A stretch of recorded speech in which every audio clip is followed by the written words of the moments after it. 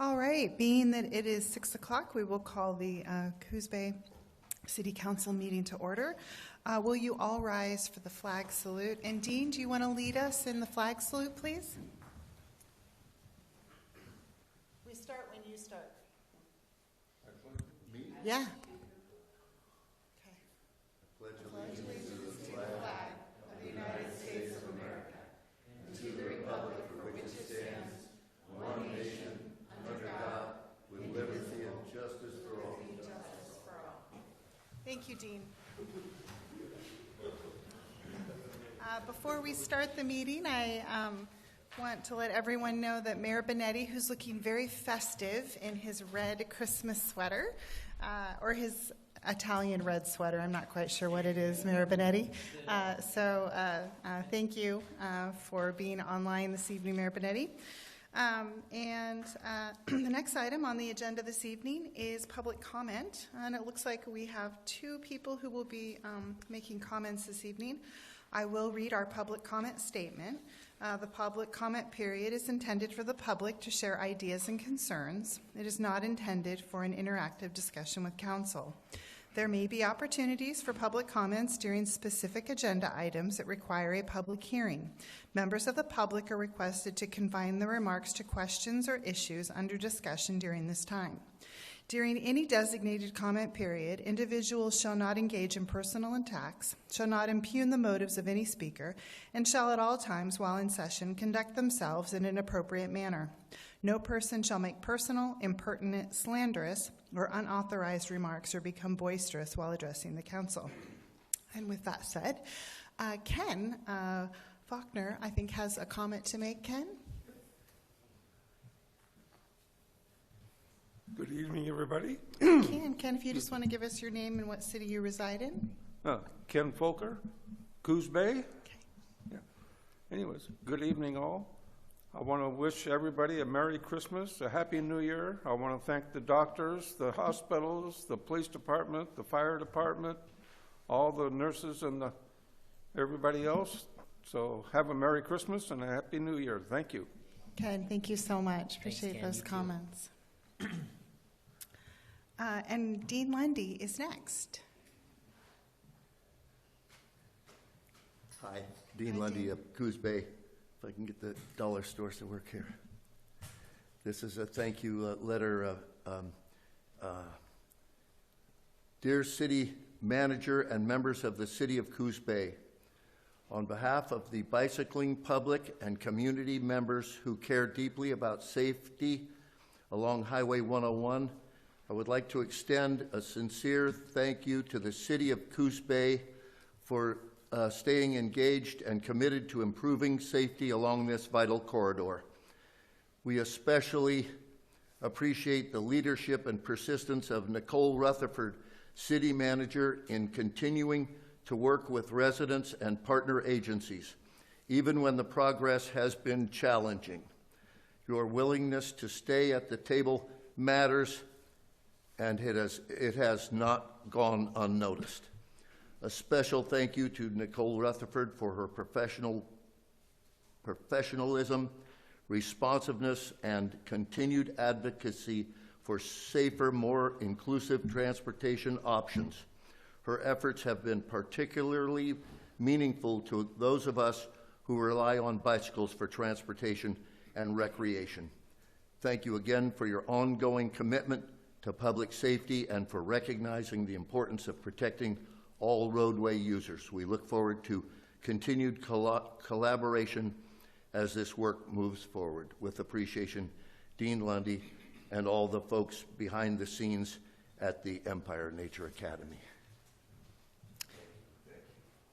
Dean, thank you very much for those nice comments. We need to frame that.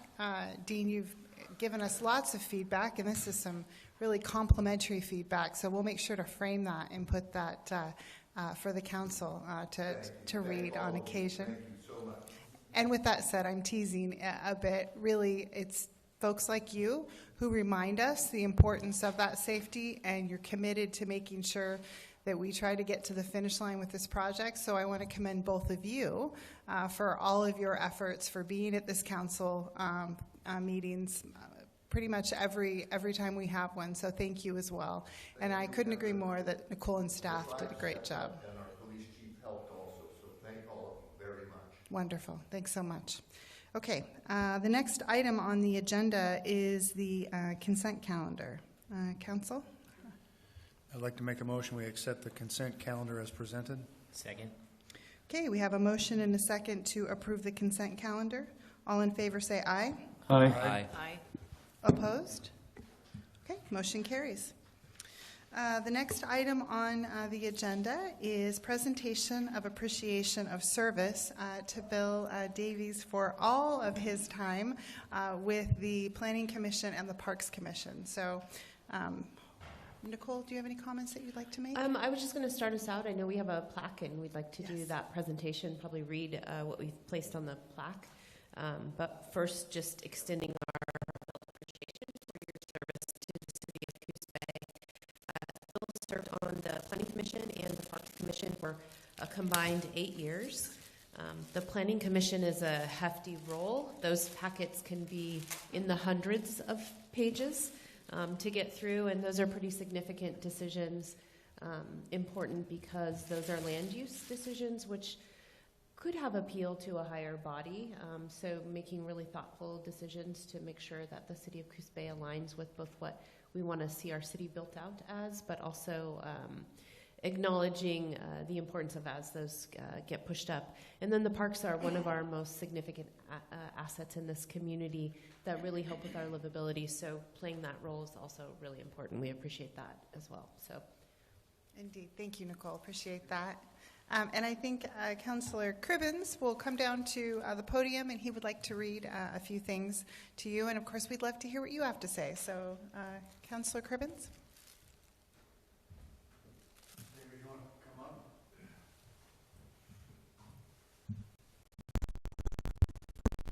I'll go ahead and read this. It says, Planning Commission, Parks Commission, 2017-2025. With sincere appreciation for 8 years of dedicated volunteer service to the City of Coos Bay, through your work on the Planning Commission and your service representing it on the Parks Commission, you have offered steady insight, thoughtful guidance, and a clear commitment to the well-being of our community. Thank you for the time, care, and dedication you have given to Coos Bay. Thank you. It's yours. We'll hold that and we'll reach under here and shake hands. Give me that. Put this. There we go. You got to. There. Oh, I see. Yeah. Got it. Thank you. And the mic is yours. Okay. Well, it's been a pleasure to serve the city. A couple of weeks ago, I wasn't even thinking about it, but the Facebook said, "Oh, you've been on the Planning Commission for 8 years," and I thought, okay, it's probably time. And my wife has some medical problems, so I do need to be home more often. But I want to thank you for this and for the ability to be able to serve the city. And I'll probably still be around and be active as much as I can. Thank you. Well, thank you for your service. Thank you for the considerable amount of time that you've given to the city, the impact you've made, and our very best to you and your wife. Thanks. Thank you. You're welcome. Yeah, thanks, Bill. It's been a pleasure serving with you.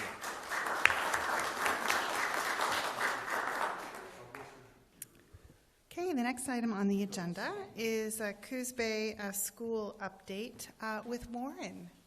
Come on up, Warren.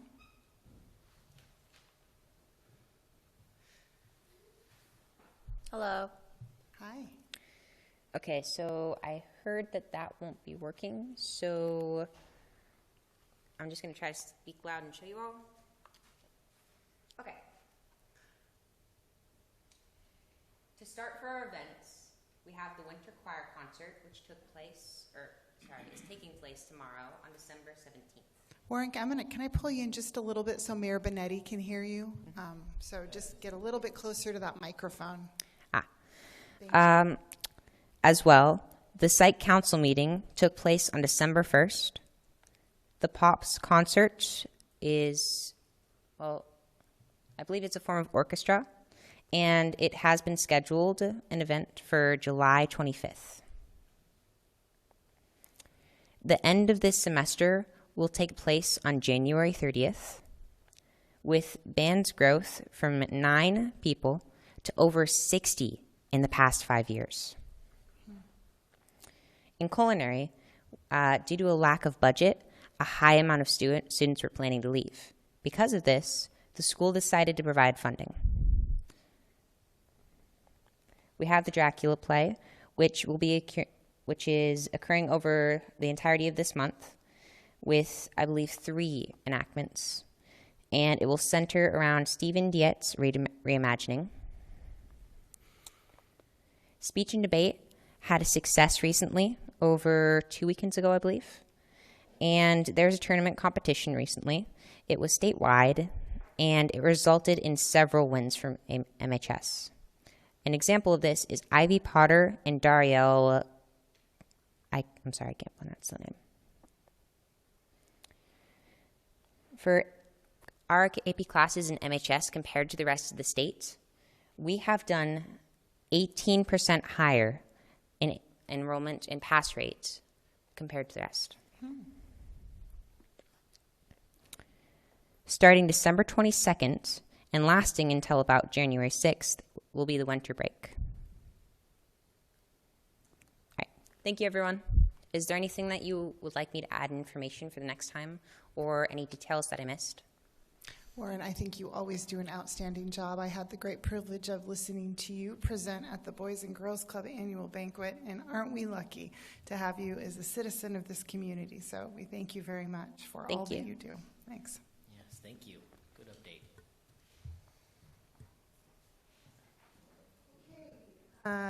We have moved, I want to thank Harv, given the agenda, we've moved the semi-annual presentation for the Downtown Association. That's been rescheduled, so thank you, Harv, for your flexibility. We will now move to action items. The first action item is consideration of appointments to the Planning Commission. Nicole. Yes, thank you. So I'll start us out. Prior to starting this meeting, we held interviews. Council members held interviews for Planning Commission openings. We originally had a couple of openings for positions that were going to expire at the end of the year, but then had a couple of Planning Commission members who resigned, Mr. Davis and then Amy Aguirre recently resigned. So we have 4 applicants that we received from the positions that were going to expire at the end of the year, and you happen to now have 4 open positions. You'll be asked to appoint these applicants, if should you wish, to those open positions, 2 of which will have periods that will be ending in 2029. Those are the expiring terms at the end of this year. And then the other 2 positions would be filling those 2 positions who are resigning, and their term end dates are 2026. So you have 2 continuing members asking to continue their positions, and then 2 new members. Great. Thank you for that.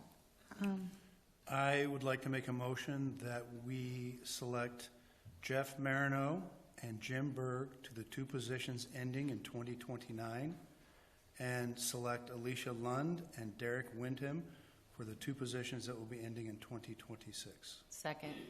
We have a motion and a second, and I believe, is this a roll call vote, Christine? You can just do a voice vote. A voice vote. You can just call for the question and everybody says their aye or nay out loud. Okay, I will call for the question. All in favor, say aye. Aye. Mayor Benetti, I'm sorry, we couldn't hear you. Aye. Sorry. Any opposed? Motion carries. Okay, thank you so much. Congratulations to Jeff, Jim, Alicia, and Derek. We had some really great interviews prior to this meeting, and we are indeed fortunate to have such talented people who are willing to serve in this capacity, so thank you. The next item for consideration is consideration to approve the purchase of a 2018 Pierce 100-foot aerial platform fire truck. Chief Atkins. Good evening. Currently, the fire department operates a 1995 ladder truck, which is 75 foot in reach. Typically, industry standards would have a vehicle that's over 20 years old, be retired, or placed out of service. So we're 10 years past that. A replacement ladder truck would cost $2.1 to $2.3 million. So realizing that that's probably outside of the financial reach that the city has currently, we started looking at options for replacement of our aerial. So we located one that was in Forest Grove. It's 2018, low miles, low engine hours, would definitely meet the needs of the department and enhances our current capability with a 25-foot additional reach than what we have now. Purchase price is $850,000. We have $250,000 that we can use out of our Fund 27, the Equipment Reserve Fund, and so we would ask that we finance the rest, the $600,000, over an 11-year payment plan. So in your packet, there's photos that were attached of what the aerial would look like. Currently, what we have is just a straight ladder. You climb straight up. This one's actually a platform, so 3 or 4 people can actually be in the bucket while it extends up to an effective reach of like 94 feet, which is pretty amazing. So the payments on the loan would be paid through our contract for service fees from the districts that come into our Equipment Reserve Fund. So we're just asking that you approve the purchase and allow the city manager to complete the loan details to purchase it. Thank you, Chief Atkins. Any questions from council? I do. I have a couple.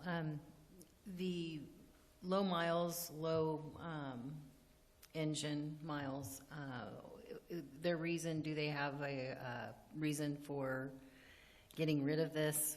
It's all been and all of that. Yeah, so it has full service records. That's one of the things. It's service tested every year, both the ladders, ours is as well. It passes, but every year we get recommendations that this needs to be replaced. Theirs, they are in a metro area, so they have numerous other departments that are around them. So they don't necessarily need this vehicle, and they don't have enough staffing to be able to fully train on it and utilize it the way they want to. Unfortunately, we don't have that luxury of being surrounded by metro departments, so we have to have this piece of equipment. Okay. And then the other question was, you had identified a couple of properties that have that our truck will not meet the needs to on the ladder extension. Does this go higher than on for the Tioga or? Yeah, we still won't be able to reach to the roof of the Tioga because of the overall height. It's 110 feet to the roof, but we can come really close. Really close. With it. Okay. But we would be able to reach to all the other mid-rise buildings that we have, including the Tioga at SWAC, and any of the other local mid-rise or high-rise buildings that our neighboring jurisdictions have as well. Okay, thank you.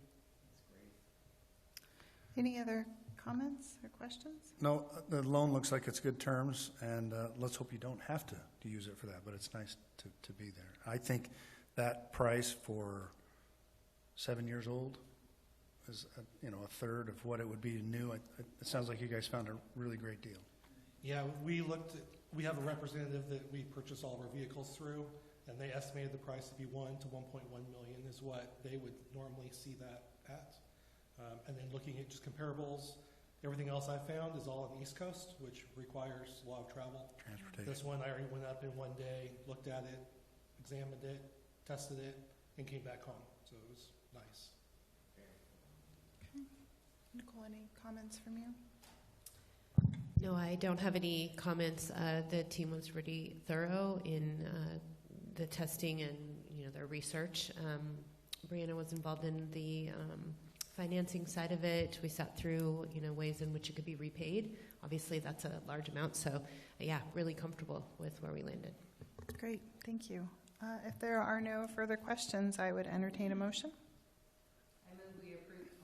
I move we approve the purchase of a 2018 Pierce Enforcer 100-foot aerial platform fire truck from Forest Grove Fire and Rescue and authorize the city manager to execute all related purchase documents and upfitting expenses. I'll second. Okay, we have a motion and a second to approve the purchase of a 2018 Pierce 100-foot aerial platform fire truck and give the authority to our city manager to deal with the financing. All in favor say aye. Aye. Aye. Opposed? Okay, motion carries. The next item on the agenda is consideration to accept the privately constructed sewer improvements along Park Place. Jennifer. Thank you. On December 22nd, 2021, the City of Coos Bay approved a final order for Red Moon authorizing a 15-lot subdivision along Park Place. It's located between North Morrison Street and Pirates Court. It's located between North Morrison Street, between Pirates Court and Lakewood Lane. Under Oregon Administrative Rule OAR 340-042, the Department of Environmental Quality requires that any sanitary sewers serving more than 2 tax lots be owned and maintained by a municipality. So construction of the sewer improvements have been completed. They constructed 500 feet of 6-inch PVC sewer main with 4 manholes. The work was inspected by Red Moon's engineer and approved by DEQ and has been verified to meet all applicable standards, ordinances, and specifications. So approval of Resolution 25-39 will officially accept and dedicate the new sanitary sewer that serves this 15-lot subdivision to the City of Coos Bay. Thank you, Jennifer. Any questions from council? Okay, being that there are no questions, I would entertain a motion. I move we adopt Resolution 25-39 to accept the privately constructed public improvements associated with a 15-unit subdivision along Park Place. Second. Okay, we have a motion and a second to approve. All in favor say aye. Aye. Aye. Opposed? Okay, motion carries. The next item on the agenda is consideration to approve an emergency contract for the on-site force main associated with the Timber Cove Estate Project. Back to you, Jennifer. Okay, thank you again. The city entered into a development agreement with Timber Cove LLC, committing up to $4 million for the construction of a pump station and force main to serve a 400-unit subdivision. The subdivision is called Timber Cove Estates and is located at the southern end of Lindy Lane, right there off of Ocean Boulevard. A portion of the force main located within the Timber Cove subdivision needed to be completed without conflicting with the Timber Cove's infrastructure and street construction activities. And we had to do that while competitive bids for the overall project, the pump station and the off-site force main, were still being collected. To prevent delays in the subdivision's construction, the city authorized Timber Cove LLC to construct the on-site force main for $220,000, separating this work from the larger contract associated with the pump station and off-site force main. Consequently, an addendum to the development agreement was prepared, adjusting the $4 million to $3.78 million. If this work had not been authorized, it would have significantly delayed the subdivision project and affected the timelines established in the development agreement, which is why the situation was deemed an emergency. The cost per foot for the installation of the on-site force main was found to be consistent with other competitively bid projects throughout the city. Because this project was deemed an emergency, competitive bids could not be obtained. As a result, this project is not eligible for reimbursement through the business organ loan that is funding the larger pump station and off-site force main project. While the city's total commitment is $4 million, has not changed. If council approves this emergency contract, there'll be 2 funding sources: the 3.78 through the business organ loan and the 220,000 through the Fund 29, which is the Water Quality Capital Improvement Fund.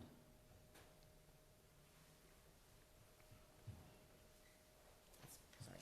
Thank you, Jennifer. Council, any questions? Yeah. What specific, for definition purposes, what is a force main? Sure. It's, so because of our topography, we have a lot of hills, and so gravity line is typically how we like to design sewer, but it can only go down so far, and then there's a hill. So there's a pump station, and that pump station will push water through what we call a force main or a pressure line until it can gravity flow again. And we had already approved an off-site force main, but through construction, they determined the need for a second? Is that what's going on? Is that why it's an emergency? So the whole project is a pump station and force main. And Okay. if there's a portion of the force main that's located within the Timber Cove development, and then there's a portion of the force main that is located to the west of the Timber Cove development all the way down to Plant 2. Okay. which is right there off of Marble and Empire. So why is it defined as an emergency? What happened? Sure. Because we were in design back in, I think, like March, April, and we were finishing design, and so we had to competitively bid this project. So we solicited 6 or 7 bids. I'm sorry, I don't remember exactly how many, but there's a process to that. And so we were going through that process, and Timber Cove came to us and said they want to start doing their construction on site right now. And if we didn't somehow find this way to let them construct that on-site force main, it would have prevented them from installing the streets, from installing other infrastructure, and moving forward on their project. Would have been a significant detriment or setback for the project It as a would whole. have been, and it would have affected our original development agreement. Okay, thank you. Would there be a cost to the city at that if we affected that development agreement? Potentially, yes. Yeah. No, I mean, taking longer to get homes. Right. Yeah, Thank you. And as a reminder, this is a 400-unit subdivision. correct. Councillor Kilmer? That was actually my question, so you answered my question. Mayor Benetti, any comments from you? No, it's something that's necessary to do, and I'm glad it's moving forward, getting taken care of. Councillor Matthews? I'd just like to say that while emergency authorizations are sometimes not the preferred method, I appreciate the willingness to work with the developer to make sure that things were maintaining a schedule so that we're working with developers and making it easier for them. So I appreciate that. Well said, Councillor Matthews. I did have one more, I guess, kind of a question.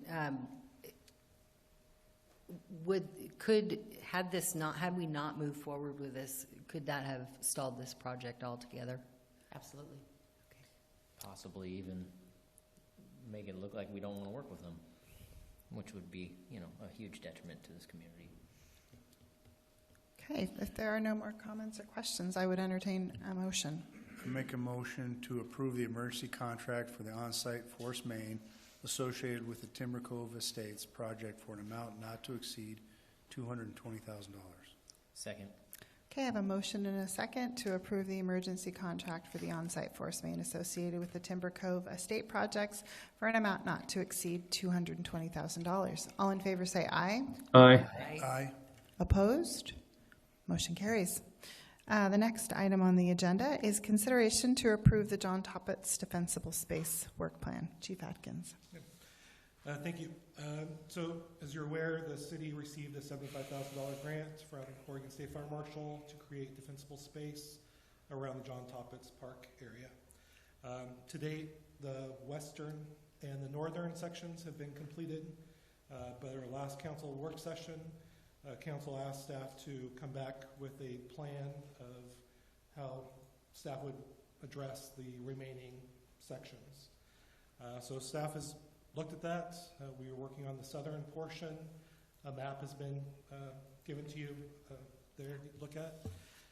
The section at the top left of that page is the Ackerman Apartments. And so we are requesting that we can still provide a larger buffer just because of the fire hazard and threat in those kind of areas. So that would extend down, all the way down to the southern tip of Ackerman, and then partly across till you get over to Norman Avenue, which is the road that goes into the Armory. The section around the Armory, although it's on the map, we would not need to do defensible space clearing there because the parking lot already acts as that defensible buffer towards the park and also to the structures. And then we would pick back up with defensible space over to Hull into the southeastern edge of the park around those homes. Some areas will not need the 100-foot buffers. We would be able to get by with that 30 to 50-foot buffer section, but there are a few spots, like directly behind Ackerman Apartments, that buffer may need to be larger just because of terrain and access concerns. Currently, we're saving quite a bit of money by reducing this scope. We've spent about $25,000 as of today on that. So we're anticipating that the extra funding, the State Fire Marshal's office will allow us to expand or amend our scope of work to where we can buy some equipment. So for future upkeep of the park can be used. And then at that point, we can selectively thin and keep it maintained. Right now, there's just no real practical way of selectively, completely selectively thinning that area with cost effectiveness. So the equipment that you would buy would help do that. Is that correct? I'm sorry, what was that first? So the equipment that potentially we'll buy would help do that. Correct. Yeah, Okay. we should be able to buy. I'm not sure exactly what that would be, but city staff, Parks Department would know better what kind of equipment is available that they could use for that. Okay. I only had one question. In our last meeting on this, I had suggested perhaps leaving a few huckleberry bushes so it feels like a bit more natural setting. I don't see that in here. I know it's not like the full details of the plan are in here, but I just want to make sure that that's given consideration. So I understand, I love your plan of the buffer zones, but we're leaving something so it's not completely gone. Yeah, I think that's the intent, is that they're going to try to see if the contractor will be able to selectively cut some areas, but just because of the type of equipment, not necessarily, can't go in there and just remove this brush and not this brush type thing, but I think that'll be the intent, to try to limit some of that. Okay. But just recognizing as well that some areas may still be, look the same as what's been done on the north and west sides, just because of the need for expanded buffer zones. Comments? So, I'm sorry if I'm just not getting this. I'm looking at the map, and I looked at it earlier today. You're showing us with the lines, the blue is the smallest kind of a buffer, and then there's a green that extends that out another 20 feet. And then the orange, is that what you're showing us, is what a 100-foot buffer would look like? Yes, on this that's property? exactly right. It just Okay. gives you reference of what those 3 segments of boundaries would look like, but that's not necessarily what's being done in that area. So, And I guess I would just add to that too, the visual was to help you see how that interacts with the trail system, which is the black lines throughout okay, there. that was my next question is, I was going to say, especially where the National Guard building is, you can see some of their taller structures in there, and so if we went out that 100 feet, we're on both sides of that trail. And the nice thing about that now is that there's a tree buffer and some brush there. And I would hope that we would use some caution to that area, because it's got a parking lot, that we don't take it right past the trail, because that puts us right in the urban area or a parking lot. Yeah, that whole section where it's like the upside down U around the armory, none of that would be cut, because that parking lot does serve as that defensible space already. Okay. And then the area, I would say I'm terrible with directions, don't laugh, Rob. But on the other side, as you're headed towards Ackerman, that just shows those different, thank you, the west side of that would not necessarily be 100 feet, because that goes over the trail system too. But there, we also have houses in there, so you're using judicial perspective when we're taking that brush down to make sure that the homes are safe, Yes. but also protecting the naturalness of the area. Yeah, I think the main parts is going to be like that section above those Ackerman apartments, then coming down, there's a lot of duplexes, there's a lot of dense underbrush, which are ladder fuels to get up into the trees. And that's the part we're trying to eliminate as close to the homes as we can. Okay. And then just again, those trail systems, we already do some maintenance along those trail systems, which removes that brush right along there, so that there is some level of safety when you're walking through those, that you don't have that brush coming right in on. So that's really trying to show what we would already be doing within the trails kind of there. I appreciate the visual. Yeah, I do too. I guess my question is, so we've got some savings, we believe. So are we going to purchase that equipment now to be able to help the company that is doing the work make sure that we don't, so allow us to thin where we can thin? I would say, No, you don't get to say. I'm asking the chief as right now. they are actively moving, Go ahead, chief. actively moving through this plan, at first, it may look pretty rough, but the plants and the huckleberries will grow back with the purchased equipment so that we can actively maintain it. That's not my question, Councillor Cribbins. Chief Atkins, the question I had was, when will we purchase this equipment, not the aesthetic right now? So the equipment would be purchased once the scope of the project is completed. So once all of this is finished up this year, if we see a savings of that, then we can ask OSFM, State Fire Marshal's Office, to amend the grant and to be able to expend those funds towards the equipment. But we would have to complete this scope of which is what was approved initially. We need to, Thank you. make sure that we pay the people that we've contracted to do that. Makes sense. And comply with the grant. That was really our award was the defensible space. Okay. Does anyone other than Councillor Cribbins have any comments that they would like to make? Councillor Matthews. So, speaking as a member of the Parks Commission, I think also speaking to the concern I think that Councillor DeNovo has, a lot of these trails are going right through all of that buffer zone, which really kind of ruin the whole experience of being in the park. It's more like walking through a clear cut, which is not exactly the natural space that it was designed for. However, things are changing. Fire danger has crept up on us, and I believe we have to do something. And so I appreciate and applaud the efforts to minimize the extent at which it has to be utilized to 100 feet. That being said, I also think that maybe it should be something to look for the Parks Commission to look at in maybe rerouting some of these trails that kind of skirt away from the buffer zone so that we have the ability to maintain that natural space and environment for the people who are using the park. I am all for, continuing to preserve and, go the route of safety for our structure and our community. That I think is really important.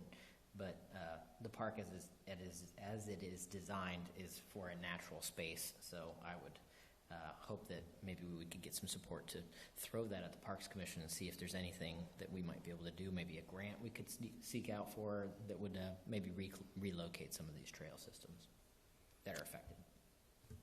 Thank you, Councillor Matthews. I think that's a great idea. Nicole, you think we could do something like that?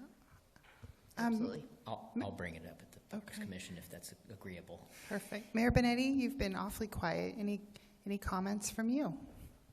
No, I think it's a good plan, and look forward to seeing how it rolls out. And I'm glad that we're going to have our own equipment to maintain John Toppich Park. We can use that in all parks. Am I correct? Just not there. Chief Yes, Atkins? that's Yeah. correct. Great. Okay. Any other comments? Councillor Cribbins, would you like to make the final comment on this topic? I would just say that a park, like many of our natural spaces, is a living, breathing thing, and it will change and adapt and modify.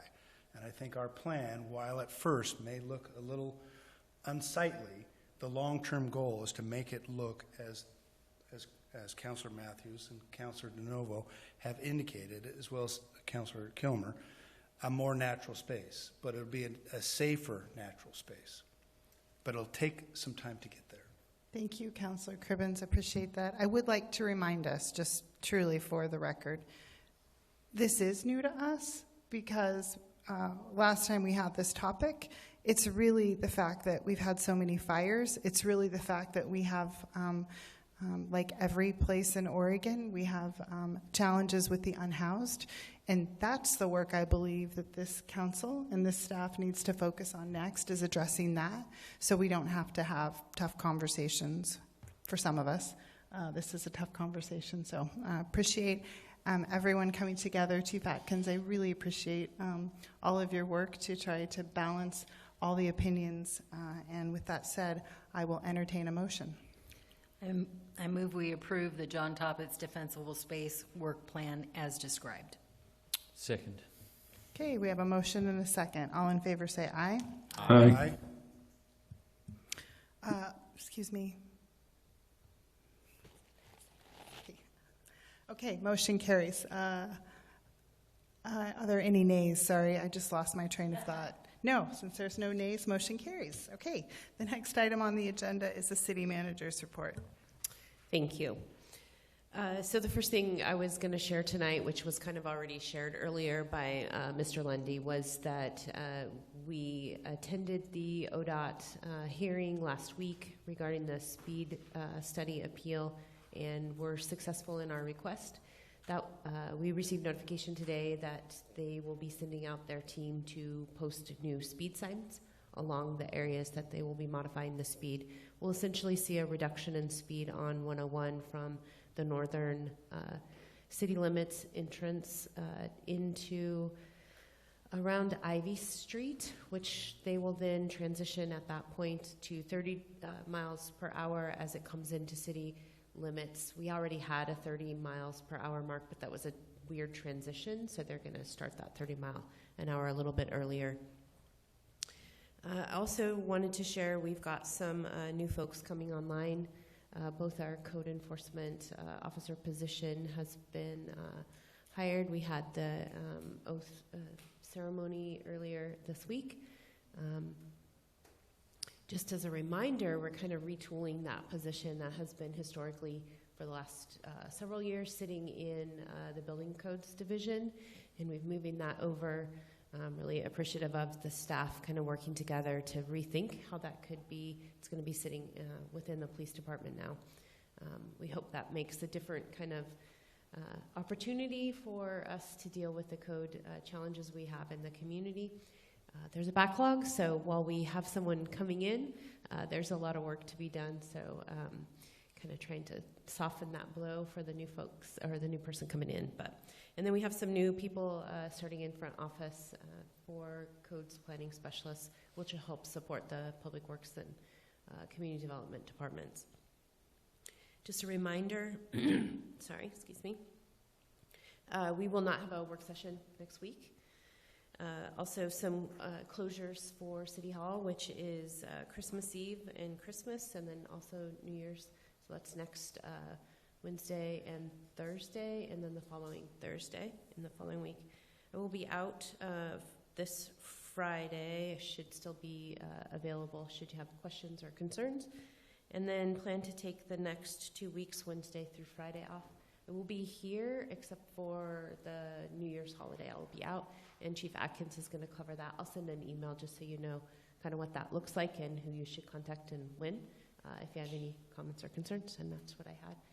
Just, I guess, as we walk into the holiday next week, would wish you all a happy holiday season. So. One question, I'm sorry, you said when are those signs going up for the speed change? That we don't necessarily have control over. That's an ODOT thing. We did receive notification that their staff was noted to go out and get that work done. So they're supposed to notify us when that's done, and we can, obviously send on a press release or something like that. That was my next question. So we'll notify, or we'll put something in the update that coming soon, this is happening. Yeah, we can certainly do that. Wonderful, okay. Yeah. Councillor comments. Let's start with Mayor Benetti. Well, first of all, I want to thank Bill Davis for serving as many of our volunteers, and I think we all realize that they're part of the backbone of our city. Without the volunteers, I want to reiterate, I keep saying it's 100, it's probably much more than that. They help so much in so many different ways. Also, I just think it's important to realize, how much has been invested into our city. Our private investment into our city, and these are rough calculations, evaluations. There's some unknowns, but we have 323 permits that were pulled for over $15 million investment. This does not count Timber Cove, or does not count the Inglewood project, which is probably close to another $40 million in estimates, and it's probably even more than that. So I think that we need to be proud of what we've done. I sometimes don't think that we realize what's been accomplished in our city, and because of this council and staff, we've been able to do that. So I guess I want to end with saying that I'm thankful that I'm able to serve with such a great council and staff, and that we've accomplished so much and really made a difference in this city for our citizens. And on top of that, what's not counted is the infrastructure the city puts on top of it: the roads, the pump stations, the wastewater plant one, which is, millions of dollars. So we've done a great job, and I think we need to be thankful for that. And so I'm thankful to be able to serve with you. And Lucinda, thank you for stepping in tonight. My pleasure, Mayor Benetti. I appreciate you reminding us all that there are so many great projects that the city and the staff do work on. We are not ones to do a social media post for every project that we complete. And I think our approach is just quietly getting good work done. And I agree. I'm grateful for all the work of this staff and this council. Council comments. How about Councilor Matthews? I just want to echo Mayor Benetti's comments about Bill Davis, and I've served with him on the Parks Commission for many years, and he's always been a great source of wisdom and just helping things move along, especially at Mingus Park recently. So I just want to thank him for his service. It's all of these positions are volunteer positions for everybody who's listening out there. I'm sure there's tons, but we're all up here volunteering, and that's a special thing, a special gift to give to the community, is to give your time and hopes to make things better. So thank you to Bill Davis. Other than that, I just want to say thank you to city staff, who has been spectacular in making things move along and move smoothly. I feel like it's really going well right now in terms of development and planning and dreaming in a lot of ways.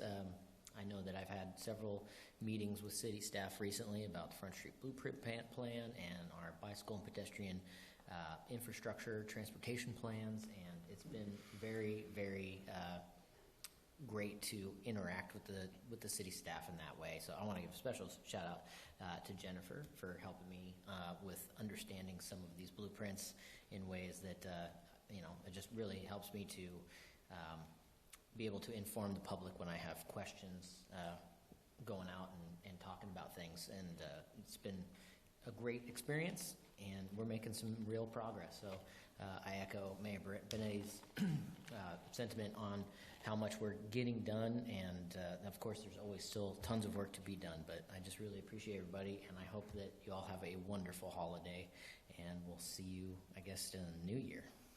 That's all I have. Thank you, Councilor Matthews. Councilor Crivens. I think there must be a theme. I was going to say that I attended the Oregon Business Plan Summit this week, and honestly, their message was a little dire, talking about Oregon being at the crossroads, having challenges with structural weakness in our competitiveness with outdated land use and regulatory systems, to rising housing costs, underperforming schools, worsening wildfire seasons, etc.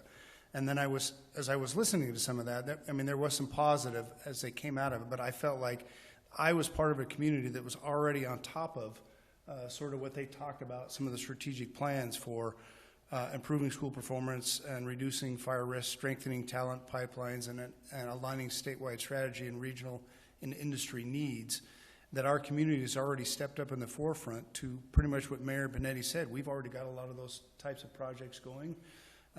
Our staff works really well about trying to streamline the regulatory process to help projects keep moving forward. We have developers that have expressed a great deal of interest in our community, and we have elected leaders that I think do a really good job of working together to help move our community forward. So I am just really grateful that I'm part of that community, and I see us being on the forefront of what the state as a whole is trying to accomplish. So that's a kudos to all of us that live here. Well said. Thank you, Councillor Cribbins. Councillor Kilmer. Yeah, I had the pleasure of attending the Economic Outlook Forum, just kind of piggybacking on what you said. I think for the first time it was very realistic. It was not all spectacular news, but it was realistic for what's happening in our state that affects us locally, and locally that affects other things. And then there were a lot of positive things, and we heard from hometown businesses that are right here in Coos Bay that have been able to expand their business, and that's always great news. And so, I appreciate that the Chamber has been doing this for, 38 years? It's been a very long time. And that we get good perspective on what's happening, and it's not just glossed over. We're not looking through rose-colored glasses. We're saying, okay, what can we do now, and what's the next step? And of course, the Coquel Casino Resort puts on a fantastic event for them, and I hope they get better attendance next year. It was down a little bit this year, but a great event. And then also, while I'm speaking about business, I would be remiss if I didn't remind folks that we have a lot of new businesses in downtown Coos Bay that can help you fill that list if you have things to check off for the holidays. So be sure you stop in and visit those businesses throughout Coos Bay, downtown Coos Bay, Empire. Great resources here to fill those stockings. And then finally, I noticed that we were on the topic of John Toppitz Park, and Oregon Bay Area Beautification has 2 events sponsored in February and March to do a cleanup in Toppitz Park. So get that on your calendars now. We make a difference. And when I was sitting at the meeting, excuse me, last week, someone was talking about something, and I said, hey, if you want to get something done, look at what rural communities are doing, because they know how to do things with limited budgets and resources, and they get things done. And that's what I see, staff that works very hard here to make sure that our citizens and people who visit our community are taken care of when they need there. And I appreciate the council that I work with, and our staff that we have here that makes this a great place to live, and of course our volunteers. Thank you, Councillor Kilmer. Councillor Niebergall. She got it. I got it. Yeah, I'll try and keep mine short. First, I'll say thanks to the fire department for they did a burn to learn last week, which I got to pop into, and that was super awesome to watch. Felt very festive, very Yuletide. And then, kind of connected to that, I was at the Empire tree lighting put on by Star of Hope and the Community Coalition of Empire, and fire department again showed up and delivered Santa safe and sound, and it was a great event. So, shout out to those. And then just happy holidays, everybody. And so, yeah, that's what I got. Thank you so much.